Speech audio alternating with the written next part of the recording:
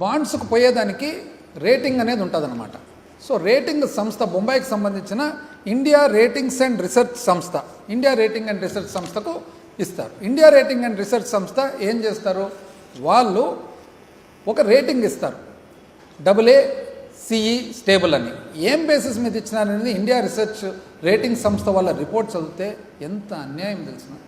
ఆంధ్ర రాష్ట్ర చరిత్రలో నాకు తెలిసి ఎప్పుడు కూడా జరగలేదు.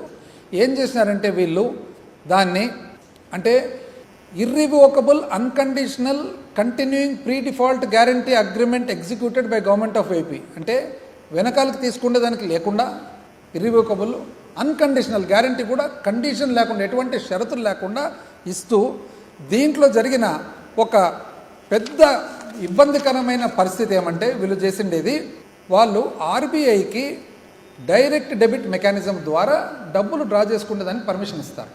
ఇది ఎప్పుడు చరిత్రలో ఎప్పుడు జరగలేదు. బాండ్స్కి పోయినారు, ఇంతకుముందు కూడా పోయినారు, కానీ మొట్టమొదటిసారిగా ఆర్బీఐకి. అది ఏమిది సామాన్య మానవునికి అర్థం కావాలంటే, అసలు బాండ్ అనేది ఏమి, బ్యాంకుకు పోతే బ్యాంక్ అప్పిస్తుంది. బాండ్ అనేది ఎట్లంటే కొంతమంది ప్రైవేట్ వ్యక్తులు కానీ సంస్థలు కానీ మనకు ప్రభుత్వానికి డబ్బులు ఇస్తారనమాట.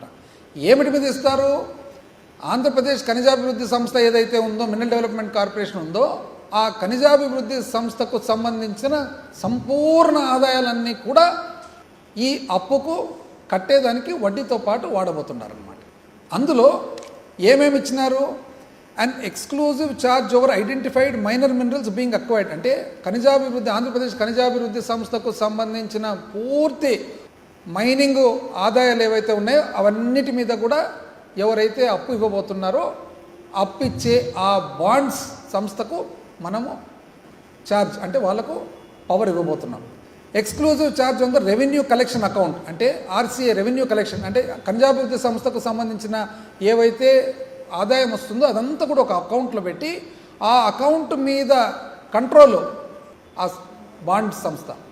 అదేవిధంగా మూడవ పాయింట్ వచ్చేసి is required to be made and exclusive charge of bond servicing account, అంటే ఈ ఆదాయం ఏదైతే వస్తుందో ఈ బాండ్స్ అప్పు కట్టేదానికి మరొక రెండవ అకౌంట్ బాండ్ సర్వీసింగ్ అకౌంట్ అనమాట.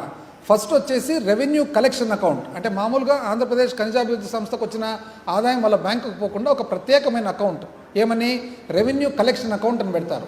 రెవెన్యూ కలెక్షన్ అకౌంట్ తర్వాత బాండ్ సర్వీసింగ్ అకౌంట్ అని ఇంకోటి ఉంటుందన్నమాట.